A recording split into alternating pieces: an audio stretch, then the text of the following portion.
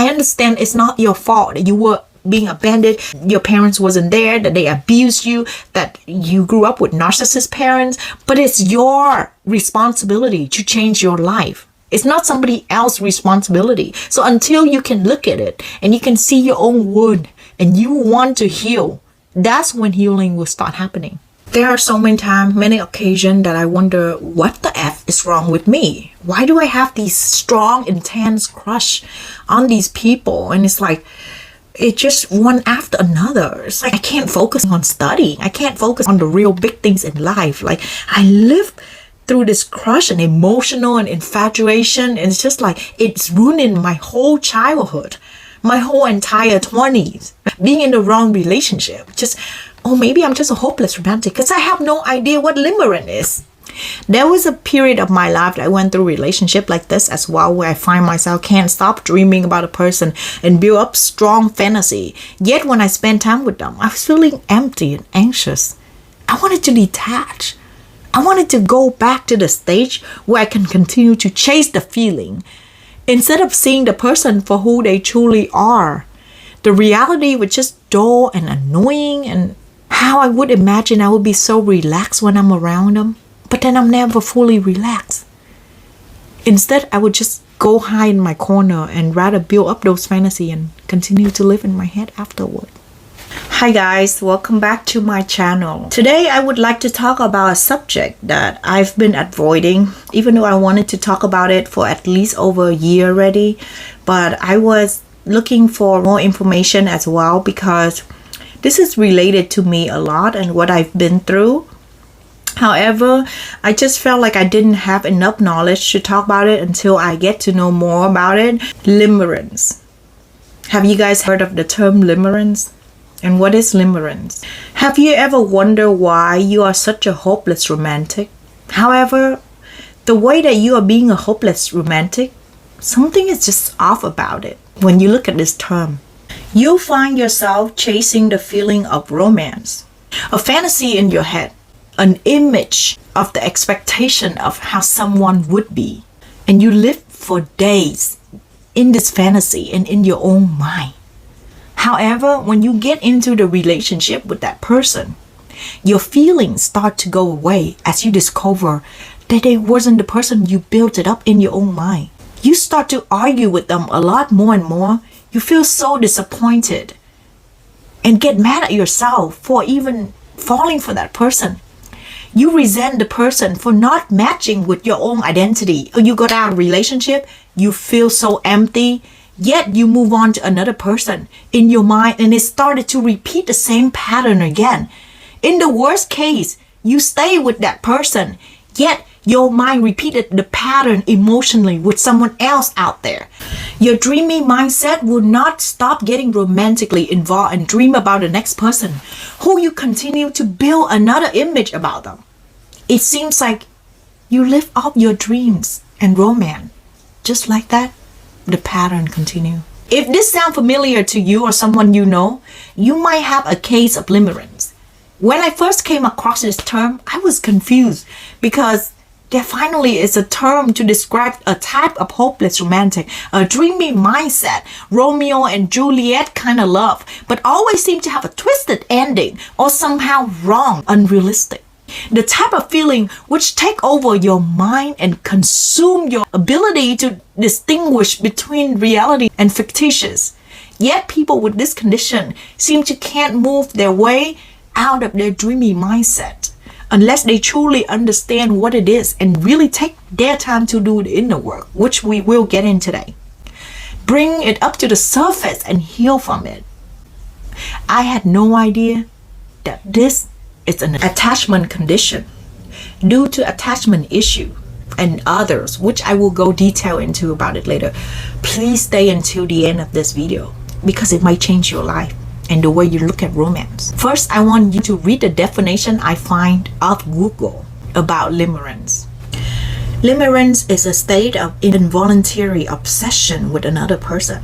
The experience of limerence is different from love or lust in that it is based on the uncertainty that the person you desire, obsessive thoughts or fantasy called the limerent object in the literature also desire you. I call this illusion lover. It sounds like a crush, doesn't it? But you know what's the difference between the crush and limerence?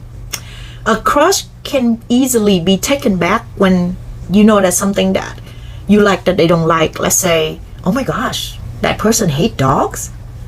They don't like vegan food? Nah, what a turn off. I can't do this. But limerence is like you would build up thoughts.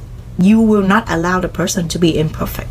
Let's say having limerent feelings is wanting the person's time, attention, energy, which sounds like the expectation of a relationship, correct? But the difference is you're attaching to the idea you have inside your head versus the actual person. This is what happens when you choose to prioritize and maintain the fantasy of the expectation in your own head versus dealing with the relationship and with them in reality. Imagine seeing an actor and actress that you like, having a chance to date them, okay? To be in a relationship with them, having their fame, monies, vacation, and everything you ever wish for, versus having a reality of their months of work and action where they will not be there for you. The potential of them getting into drugs, cheating on you, always going out partying, ended up being alone in the house 24/7. I'm not saying all celebrity are like this, but I'm just talking about a scenario. Now what you can see is the good. You're ignoring the bad. So basically the feeling of wanting for them to be a certain image in your mind and you're in denial of who they truly are overrides the real image of the person. The scary thing is, if you feel this, it might not be your first time. Most likely you experienced this before, and if you're not fixing it, it's gonna keep repeating again with another person. And I will go detail into why and how to stop letting limerence control your life, because you cannot form an authentic connection with people since all you're doing is using the idea of who you want them to be to feel good about yourself. It's like self-pleasuring to an illusion. This is not real love, real connection. Let's go into where it's come from. Why do we feel this way? This is a lot have to be with your childhood trauma, insecurity, abandonment wounds, and commitment issues. Let's say as a child, if both of your parents are absent, this is my case, and some other people will be narcissist parents, abusive. I'm going to talk about my case more because this is what I've worked through my own healing for the last 2 years almost. You don't get the love from them. You naturally yearn for the outside love to get it from elsewhere. I mean, you're a kid. It's not like you know how to provide self-love for yourself, right? You simply want to be the apple of someone's eyes, the center of love, but you don't have that. You are an anonymous. You are a side kid, and you are forgotten, and you feel like life is being so unfair to you. And this is when you reach out for love from other sources. When I was growing up, I was having crush with different teachers. Let's say I go to my friend's house and I see how their parents treat them so good. I would secretly wish that I was their kid. I wanted to be adopted into other family who I see there's so much love. I would like have dreams about being in love with the celebrities and someone come and take me out of the life that I don't want to be in. I want to escape. I want to avoid the situation that I was in because I mean, that's all I know. I don't know better. As a kid, this may seem harmless. I mean, kids, they need love, right? But if you carry this into your adulthood life, you will lose your ability of focus on the reality. You will continue to seek for that love because remember that your inner child is existing at the same time with you. It's not in the past. So whatever she's experiencing, she's feeling, you're still feeling it and you carry it into your adulthood life. Tell me, how can you have a healthy mindset if you keep seeking because you don't know what you're missing? This is before I started my healing journey. I always convinced myself that I'm okay. Oh, this is no big deal. One of my friends, she told me that she would rather grow up with not enough food to eat rather than not have both of the parents around. And I'm like, really? It's that big of a deal? And she's like, are you kidding me? You think your problem is so small and you are in denial. You need to really dig deep and love your inner child for what she's missing. Oh, that hit me hard. That hit me real hard. You know what's crazy? When you are having limerence and you're not knowing how to get out from it, you wake up thinking about a person, you go to sleep thinking about a person, they live in your mind as in an escape that you can get from just living in your mind. Person that you think of in your mind, they will never ever live up to your expectation. I don't care how much you think that they are, they will not. So it's really unfair for you to have that expectation on them and on yourself, because no one can fill it up the hole that is empty, that is missing, that you need to fill it for yourself. It's your childhood. They're not responsible for your childhood. I am not a psychiatrist. I am not a doctor. I am not a therapist. This is from my own experience and how painful, how much pain that I have to go through to get to where I am today. So I want you to know that you are not alone. Those feeling of longing, okay? Please love me. Idealization. Please be there for me. Please look at me. Take me for who I am. Okay, it is really sad. Why is it bad? Because you're waiting for rescue. You're waiting for somebody to come and take you so you can escape that. You don't want to be in it anymore.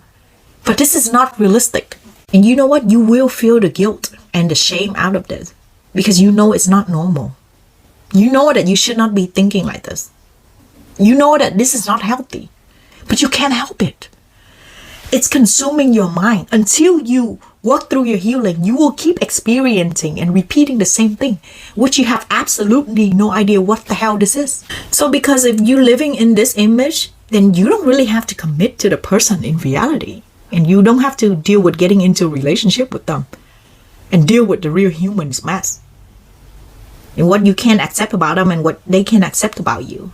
Therefore, you just continue to prefer to live in a fantasy. And this is where commitment issue happen.